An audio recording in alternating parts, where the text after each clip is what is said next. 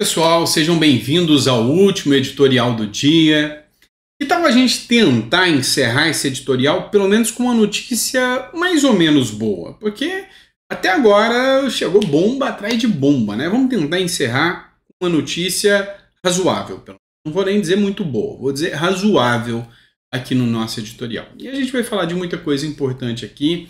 A gente vai falar de um projeto aprovado no Senado, que é a notícia boa. A gente vai falar de uma guerra interna que está acontecendo no PT. A gente vai lembrar um fato interessante sobre isso, tá? A Ana Moser está causando um buraco, um rombo dentro do PT aqui, com uma discussão que surgiu com a sua queda. E nós vamos falar sobre isso. Também vamos falar de uma decisão aí do André Mendonça que repercutiu muito mal nas redes sociais. Enfim, muita coisa importante e sempre o nosso editorial tenta trazer coisa importante para vocês, tá? Eu fiz uma pergunta no último editorial se o nosso conteúdo estava sendo relevante para vocês, se a forma que a gente traz o conteúdo, assim, expressando opiniões, trazendo questões filosóficas estavam sendo interessantes e a maioria das pessoas falou que está gostando bastante desse formato, desse novo tipo de editorial. Que foge um pouco da regra dos editoriais dos jornais de TV convencionais, né? Então, só posso agradecer a vocês. Enfim, bora começar? Sabadão à noite, vocês aqui falando de política, a gente tem que ir direto ao ponto. Coisa boa, tá? Pelo menos em partes. Essa matéria aqui é do ranking dos políticos. Comissão aprova corrupção, crime imprescritível. Ou seja, teve uma comissão do Senado, e é a CCJ, uma das mais importantes, que aprovou um projeto do senador Marcos Duval. Boa medida. Se aprovado na CCJ do Senado, o texto irá direto para a análise da Câmara dos Deputados, exceto caso os senadores peçam que o plenário da Casa analise. O que acontece aqui? Só para vocês entenderem. Tem um projeto do Marcos Duval. Esse que é tanto criticado pela esquerda. E a intenção dele é que a corrupção seja comparada ao crime hediondo e se torne imprescritível. Ou seja, sabe aquelas corrupções de lá de 1900 e bolinha? Sabe o caso do Lula, que está se tornando imprescritível já, os crimes aí, e o STF mudou, foi o foro, no caso do Moro, e agora para entrar de novo não cabe, porque alguns crimes já foram até prescritos. Isso acaba, ou seja, daqui 50 anos, o criminoso, corrupto, sem vergonha, safado, e tirar dinheiro público, vai poder ser julgado. Só que esse projeto passou agora, vai passar pela CCJ, tem que ser aprovado pela CCJ também. Se aprovado, eu estou falando do projeto 5232, que é de autoria do senador Marcos Duval, foi aprovado na Comissão de Segurança Pública do Senado e vai para a CCJ. Se aprovado na CCJ, ele já vai direto para a Câmara.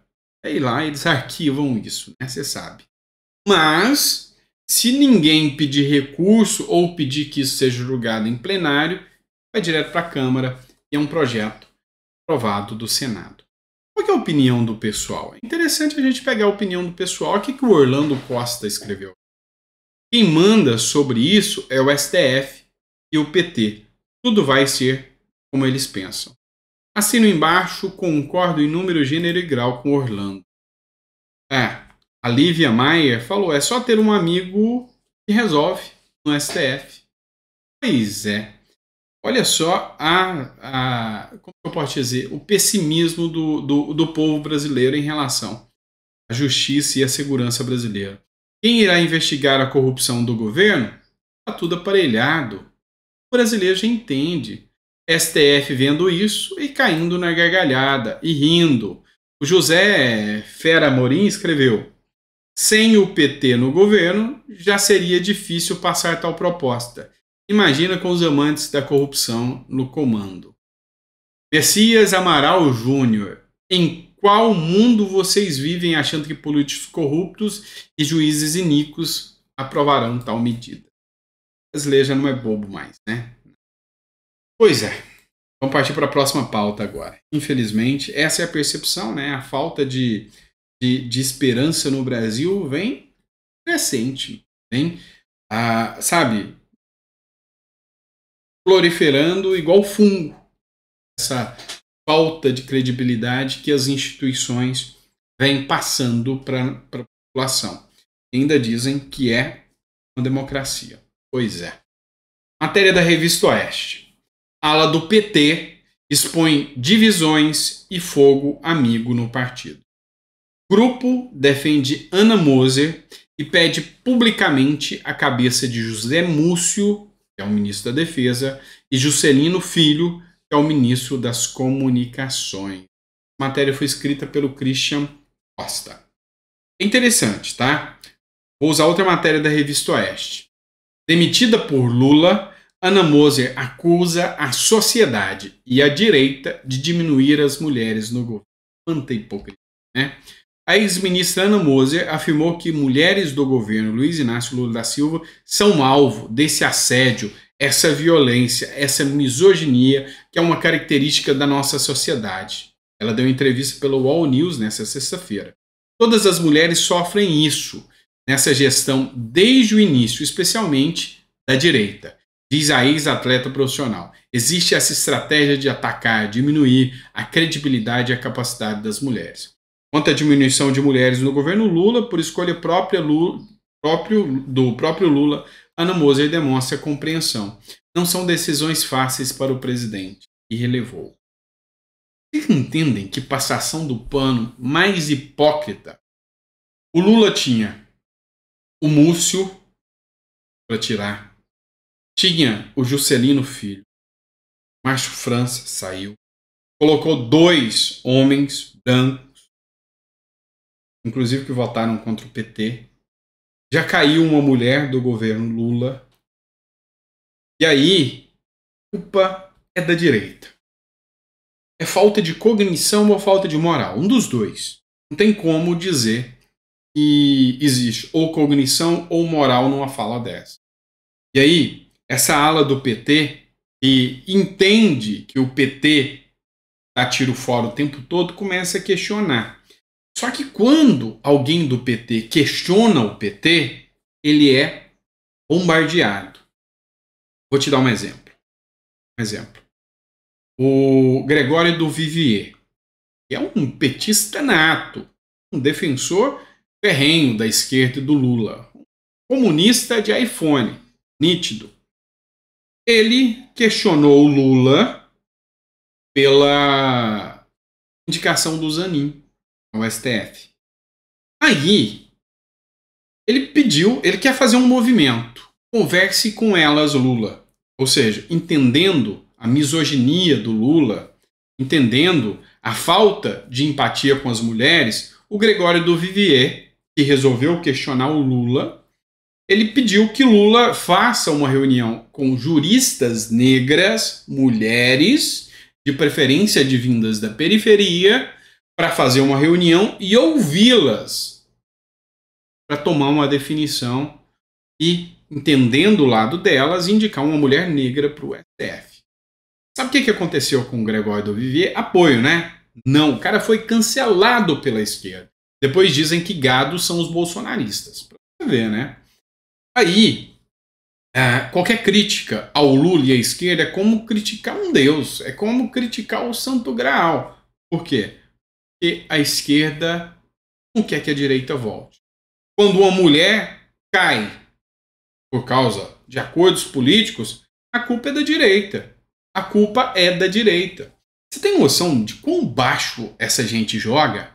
De quão baixo é o argumento desse tipo de gente? Então, a gente vê que, aos poucos, um ou outro dessa ala começam a abrir os olhos, como o Gregório do Vivier, o próprio Felipe Neto começa a tecer críticas, essa ala do PT que começa a criticar.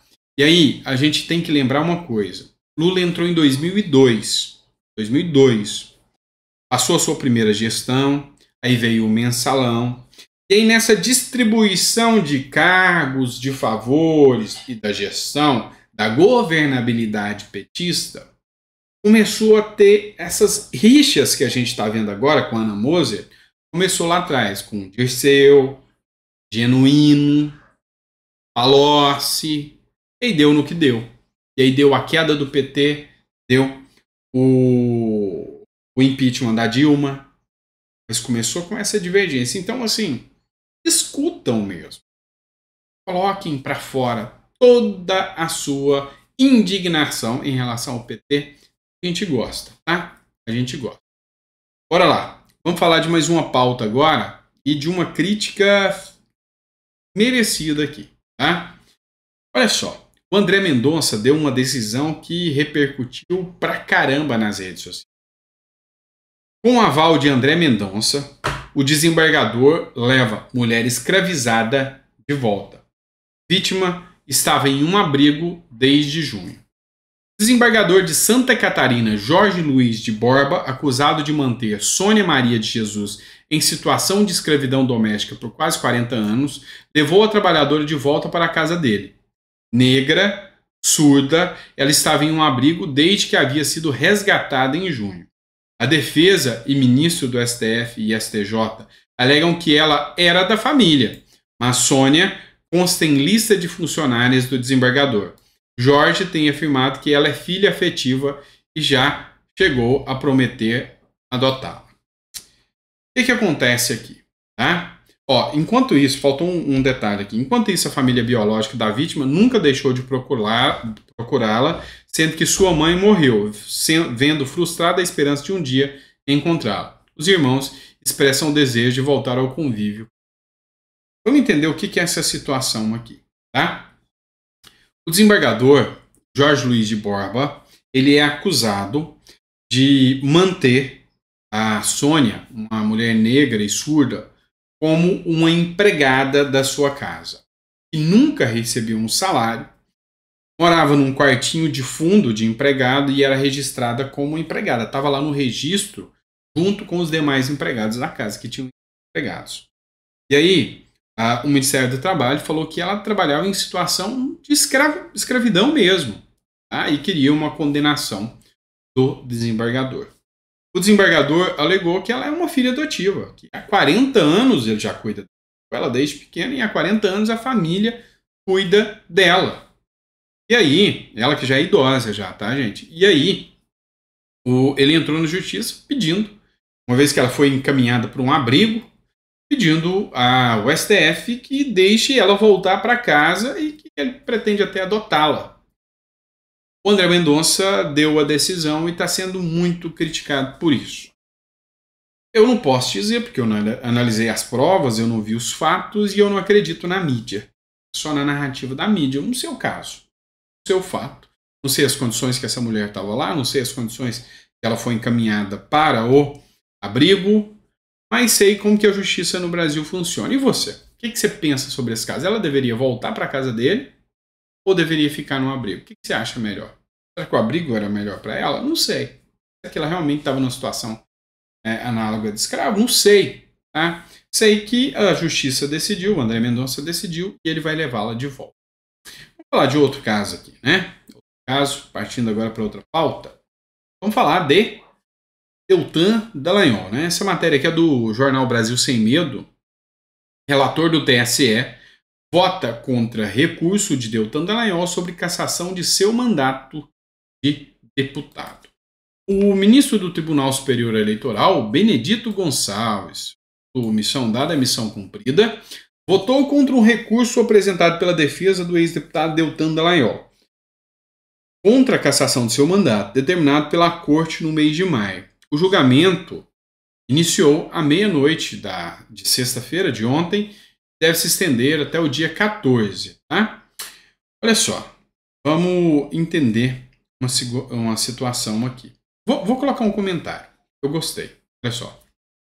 Daniel de Queiroz escreveu o seguinte: chega a ser surreal a inocência de vocês. Parece que vocês precisam ouvir mais o Olavo de Carvalho e as realidades que ele falava. Com esse povo não se brinca. Foi o que aconteceu com Jair Messias Bolsonaro. O professor Olavo de Carvalho já havia alertado que ele precisava acabar com o Foro de São Paulo no começo do mandato dele. Mas eu acredito que tudo isso que está acontecendo deveria acontecer para que os olhos de muitos pudessem se abrir. Agora, com relação a esses processos representações que vocês andam fazendo para recuperar carga, recuperar alguma coisa que foi apreendida e etc., vocês ainda não entenderam que o Estado, em outras palavras, o judiciário no total é de esquerda e possui um viés político. Não adianta entrar com processos ou com recursos, sempre será negado. Todos vão para a cadeia ou pelo menos ficarão sem poderes. Isso é o que o comunismo causa e faz. É só ver na Coreia do Norte e nesses países que adotaram o socialismo e depois pularam para o comunismo. Vocês estão esperando somente eles fecharem as portas da cadeia, porque já estamos dentro dela. Alguém questiona aí o comentário do Raniel de Queiroz? Quem critica e acha que ele está com uma mera ilusão? Eu não. Eu não. Eu acho exatamente isso que ele colocou. Eu concordo em número, gênero e grau com isso que ele colocou. O sistema hoje já tem a definição, não adianta, já são 3 votos contra a cassação do mandato. Você imagina que o STF vai reverter alguma decisão sequer? É mera ilusão. Vou dar um exemplo. O ministro do Supremo Tribunal Federal, o Dias Toffoli, ele deu uma decisão falando que a Lava Jato é um erro judiciário, é uma aberração. O Dias Toffoli, que era citado nas planilhas da Odebrecht, e na sua decisão ele anula as planilhas da Odebrecht. Já começa a ver a seriedade de tudo isso. A Associação de Procuradores entrou com recurso. Aonde? STF. Contra a decisão do Toffoli. Decisão não vai ser revista. Você acredita mesmo que o STF vai contra uma decisão que beneficia o Lulinha da Silva e dada por um dos seus companheiros? O sistema hoje é esse. O Brasil é esse. O Brasil hoje vive um sistema, um regime aparelhado. Não existe mais o devido processo legal e reconhecer contra a Lava Jato, reconhecer, tratar pessoas que foram condenadas por corrupção como vítimas da sociedade, é o que a esquerda faz, pegar o criminoso e tratar ele como vítima da sociedade. Agora, subiu de nível. Antes, era o traficante que era a vítima da sociedade. Hoje, é o cara do colarinho branco que é a vítima da sociedade. E a partir de hoje, não existe mais punição a corruptos. Não existe mais. Então, esse é o Brasil de hoje. Esse é o Brasil que existe. E é fato. Não tem o que se discutir. A população brasileira já acordou e já viu o status quo que nós vivemos hoje. Pelo menos grande parte da população brasileira. Tá? E calma. Os escândalos de corrupção vão voltar logo, logo. Só que dessa vez, sem juízes terão coragem de punir os corruptos. É fato. Abraço, pessoal. Obrigado por ter ficado mais um dia todo, tá? Acompanhando 5 editoriais com a gente. Esse trabalho que a gente faz para tentar, inclusive, abrir a mente da população sobre tudo que está acontecendo. Enquanto a gente tiver voz, enquanto a gente tiver liberdade de expressão, enquanto a gente puder falar aqui no YouTube, em alguns momentos é complicado. Minha página do Facebook ficou 3 dias fora do ar. Não sei se vocês perceberam isso. Não sei, mas aconteceu. Então, enquanto a gente puder estar discutindo, debatendo, a gente vai debater. O dia que a gente não puder falar mais, se a gente ainda tiver a chance de sair, a gente sai. Se não, a gente debate e discute o país que nós vivemos aqui. Porque esse é o meu Brasil. Esse é o meu país. Ainda não quero abandonar, não quero sair daqui. O Maynard, que fez campanha pró-Lula ontem, ele é um apresentador que mora na Itália, falou: desistam do Brasil, saiam daí. Fez uma campanha pró-Lula. Tá? Não é tão simples assim. Pai, mãe, família, sabe? Uma história, uma estrutura, filhos, tratamento. Isso já está tudo estruturado. Então, assim, às vezes você abrir mão de tudo aquilo é muito complicado, sabe? Eu sei como é isso. Enfim, Brasil, Brasil, né? Ame ou deixo. né? Enquanto eu ainda estou no âmio, tá? Vamos fazer a diferença ainda, tá? Grande abraço, fiquem com Deus e até o próximo editorial.